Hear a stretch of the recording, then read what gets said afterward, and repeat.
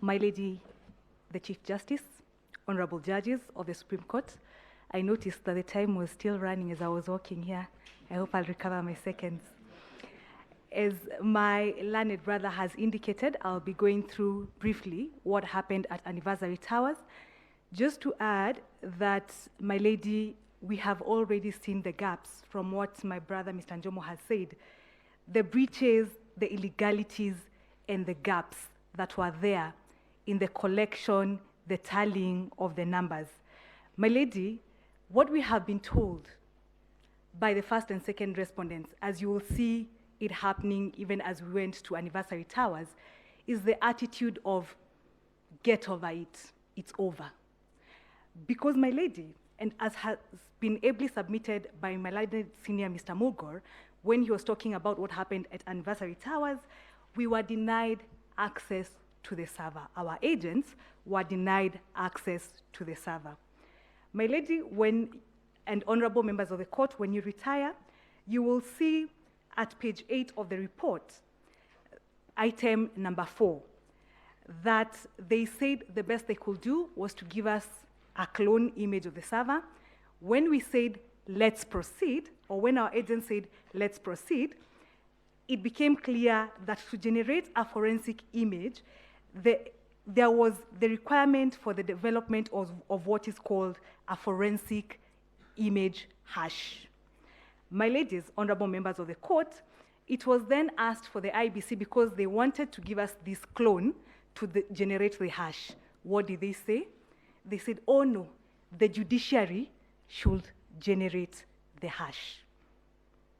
Yet, it is the system that they are calling upon us and Kenyans to believe they were in control of.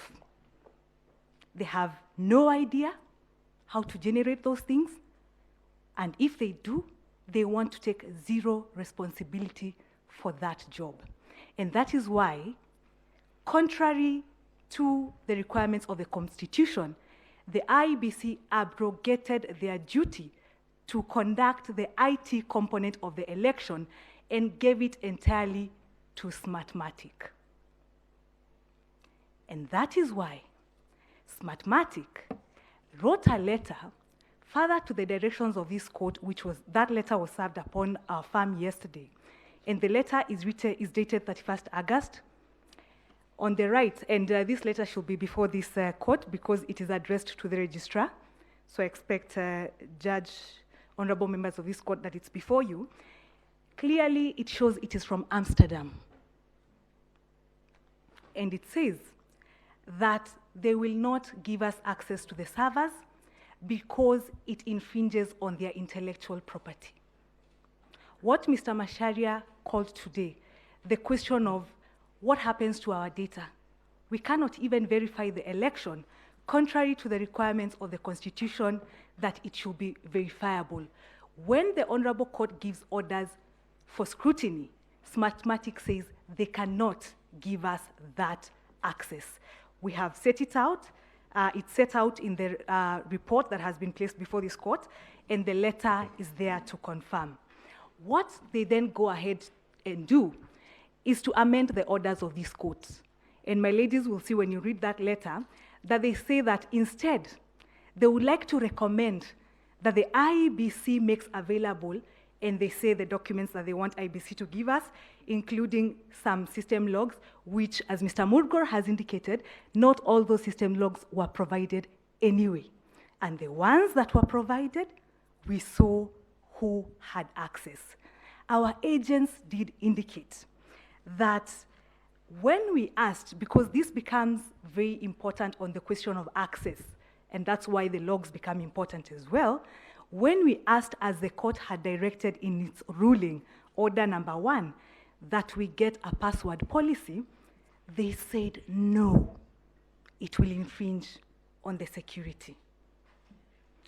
And that becomes extremely important in terms of knowing who had access to those servers, in terms of confirming the the code or the policy on change of passwords. They refused to give that information. Again, IEBC refused to give us information with respect to the RTS, Results Transformation Systems. Yet they want us to come here and believe what they're telling us with regards to the contents of the portal. Yet in their own Gazette notices, as you will find, there were some points where there was human intervention, and that is why they are unable to explain to this court, which we asked them to do and they were unable to do, to explain how the JPEG photos, my ladies, 2 more minutes? Thank you. They are unable to explain how an image is taken but ends up on the server as a PDF. In their own Gazette notice of 3rd August, which is part of our evidence, the petitioner in 002, they said that in some certain areas, returning officers will be allowed to take photos using their phones and transmit the same to the tallying center.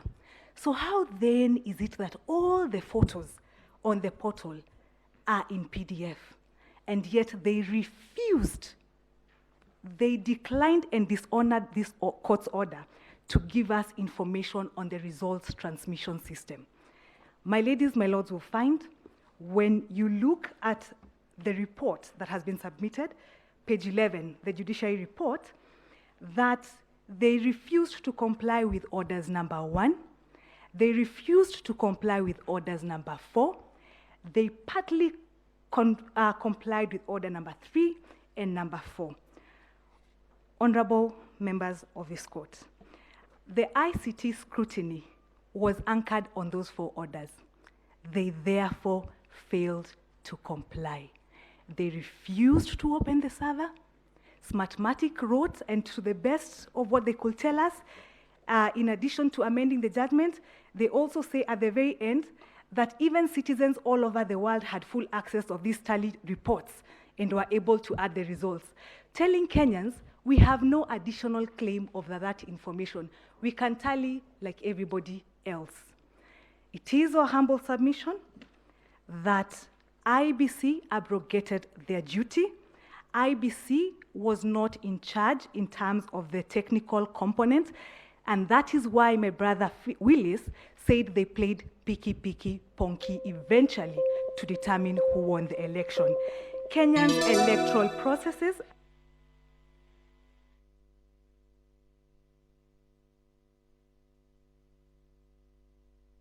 run outside Kenya.